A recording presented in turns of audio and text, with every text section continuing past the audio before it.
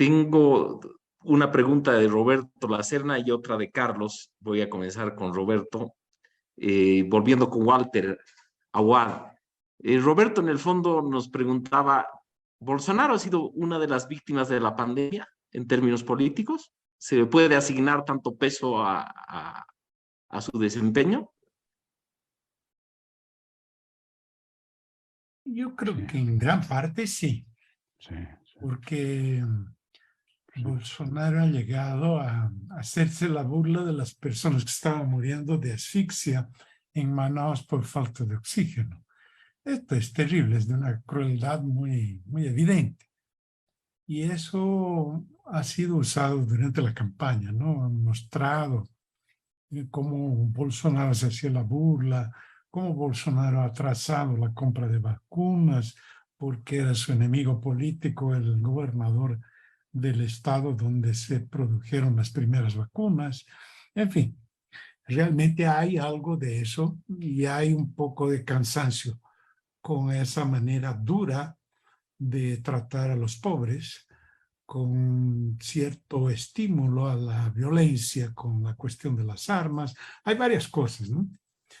Sobre lo que decía Eduardo, quería mostrarle que hay un tweet sobre, sobre las acusaciones de fraude y remite a la ley de Brandolini, que yo no conocía, que debe ser un concepto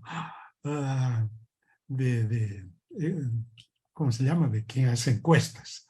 La ley de Brandolini o principio de la asimetría absurda dice que es la dificultad digamos, de responder a grandes absurdos, que es más fácil dejar el absurdo correr que responderlos adecuadamente, más o menos eso, ¿no? Y creo que se encaja en eso. Lo veía a Eduardo Gamarra antojado de terciar en tu comentario, Walter, así que le paso el balón. No, Walter, no es... sí, yo tuve esa misma reacción acá. Pensé que todo lo que decían la derecha extrema trumpista era de la más, o sea, del absurdo más grande. O sea, fíjate las grandes cosas como el famoso Pizzagate, ¿no? Todas las teorías de QAnon que se han convertido ahora en la verdad, ¿no? Para una enorme cantidad de gente que cree esas cosas. Entonces, creo que quizás ese es el fenómeno más preocupante, que estas asimetrías absurdas, ¿no? Al final hay enormes cantidades de gente que las cree y eso es lo que tiene un impacto político.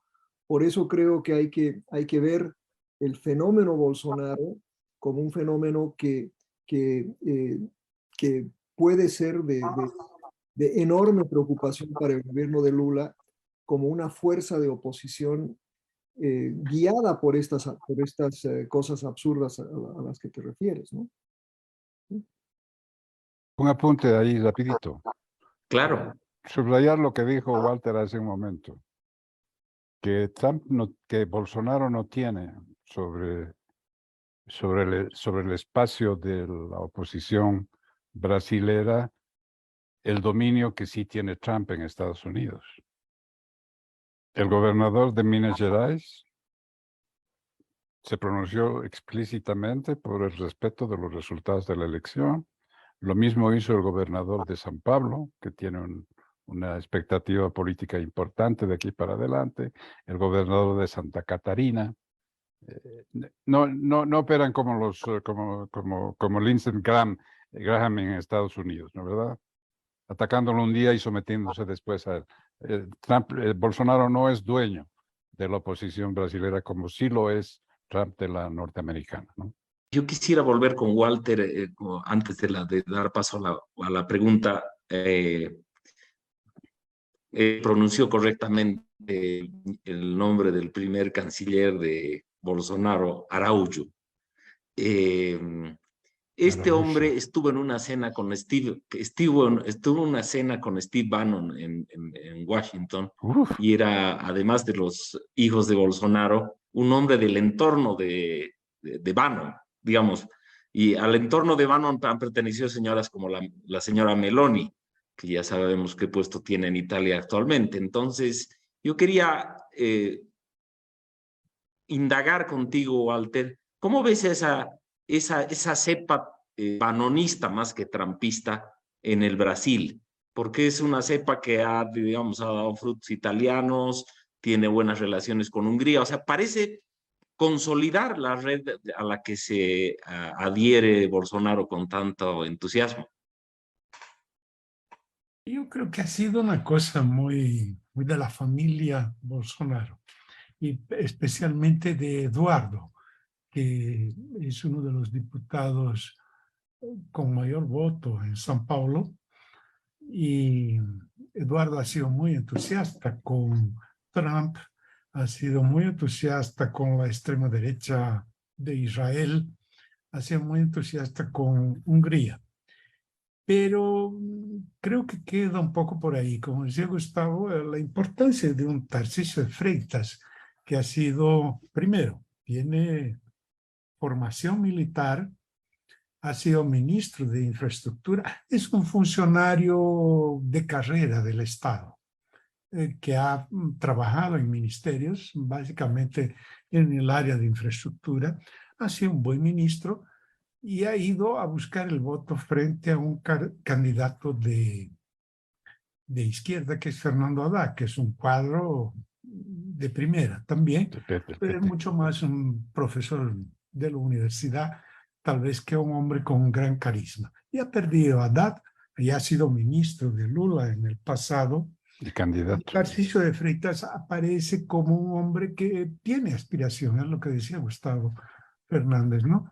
De que hay gente con aspiración y que, digamos, hay una renovación en la derecha.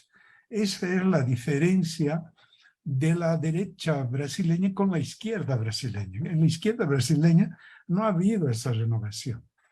Quien tal vez agarre la antorcha, digamos, de la situación brasileña sea el vicepresidente Alckmin, que ha sido un hombre tradicionalmente del grupo de Fernando Henrique Cardoso, del Partido de la Socialdemocracia, que durante mucho tiempo han sido también adversarios del PT, y que hoy día está teniendo un papel extraordinario dentro de la organización del nuevo gobierno y de la negociación de condiciones de gobernanza, que es un papel importantísimo porque parece que no hay ningún problema para, digamos, para mantener buenas condiciones para el inicio del gobierno de Lula. Entonces, pero no es un hombre típico de la izquierda, ¿no? Al contrario, yo diría que es un cristiano convertido, una cosa así, ¿no? De la centro derecha, le dice. Sí, mucho más una centro derecha. No Gracias, sé si Walter. Yo quisiera pasarle la palabra a Carlos Lacerna, que tiene una pregunta relacionada al Brasil y Perú. Sí, al principio era una acotación a la exposición de Claudio, de mi compañero Claudio. Somos compañeros de curso casualmente. Pero a lo que voy ahorita pensando y repensando en lo que iba a comentar es la diferencia que hay entre, digamos, liderazgos de Trump, Bolsonaro, con los liderazgos de Arce y Castillo, en el caso boliviano y peruano. No voy a hablar de la calidad de las personas, sino de la conformación de ese liderazgo y la capacidad de convocatoria que tienen. Deja mucho para hablar, me imagino, además de analizar primero. Y peor en el caso del Perú ahorita, y la situación del cambio en Brasil, empeora la situación en Perú, porque en Brasil Odebrecht ha decidido suspender la colaboración judicial en los casos de Lava Jato en el Perú, justo cuando se produce el cambio de gobierno. No creo que tenga alguna relación. Tal vez Walter nos puede indicar un poco más qué es lo que se hablaba en Brasil, pero en el Perú el presidente Castillo está con más de 6 procesos de investigación sumamente serios de corrupción y mal manejo. Comentario hacia algo. Gracias, Carlos. Walter.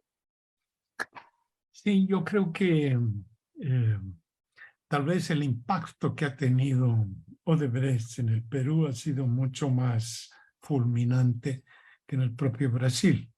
En el Brasil, digamos, el tamaño del problema, hablando de dinero, ha sido monstruoso, pero gran parte de eso ha tenido un encauzamiento judicial.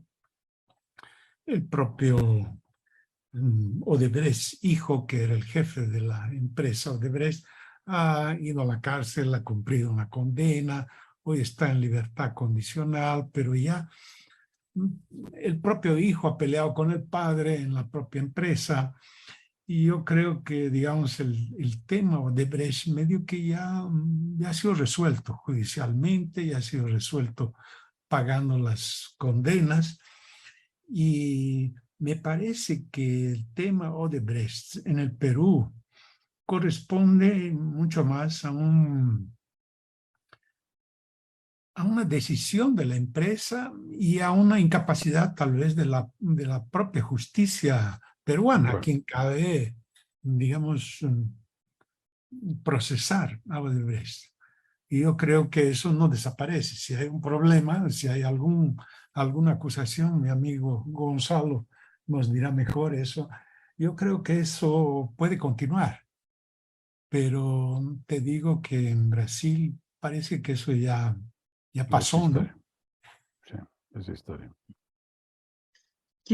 Gracias, Walter. Quiero aprovechar para darle la palabra a Juan Martavit, diplomático chileno, a quien también invitamos a estar esta noche y no podía.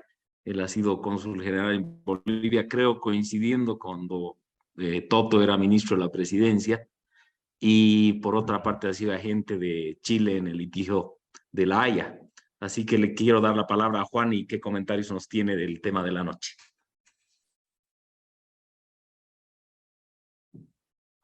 Creo que está sin micrófono, Juan. ¿Y dónde está? Parece que ya no está. ¿No está? Parece que ya no está. Eduardo, vuelvo contigo entonces, ya en la ronda final. ¿Cómo ves a la derecha brasilera? ¿Es una derecha integrada internacionalmente? Porque hay muchas derechas que se han quedado huérfanas, a diferencia de la izquierda, que tiene una coordinadora, digamos, pero la derecha es una derecha internacional. Claro. Mira, quiero usar lo que dijo Toto respecto a la izquierda, ¿no? O sea, no hay una derecha, hay una cantidad de derechas, de expresiones de derecha que son importantes, que uno debe considerar. O sea, el trumpismo es una forma de la derecha, ¿no? Y yo creo que es la que predomina en este momento. Pero no debemos olvidarnos que también hay una tendencia, digamos, inclusive dentro del mismo partido republicano hay una derecha que es algo más respetable, que se la considera, digamos, esa derecha que estaba en el gobierno cuando George Bush padre era presidente, y esa derecha está bastante minimizada, pero existe. La derecha en Europa también no se la debe ver solo como el fenómeno de Hungría. Entonces hay varias derechas. Y yo creo que es importante ver esos matices también de las opciones de derecha. El problema para mí, que es un problema bastante serio si la queremos poner en el contexto de la derecha, es este fenómeno que tiene la derecha o la oposición latinoamericana a lograr de alguna manera cohesionarse y presentar una opción alternativa, ¿no? En países como Venezuela, en países como Bolivia, ¿no? Donde de alguna manera las divisiones que existen en la derecha son tan profundas que no permiten verdaderamente posicionarse como alternativa electoral. Entonces creo que mientras haya un trumpismo radical o bolsonarismo o lo que sea, el populismo de derecha, eso previene más bien el surgimiento de una derecha, digamos, democrática, aceptable, una derecha que pueda ganar y que pueda gobernar. Entonces, existe, pero está atomizada en algunos países, sin opción de poder en una buena parte, y atrapada en esta polarización tan severa que tenemos la mayoría de los países. Gracias, Eduardo. Quisiera terminar con una ronda de comentarios finales, comenzando por Walter, continuando con Toto y cerrando con Eduardo para ponerle fin a nuestra noche. Walter.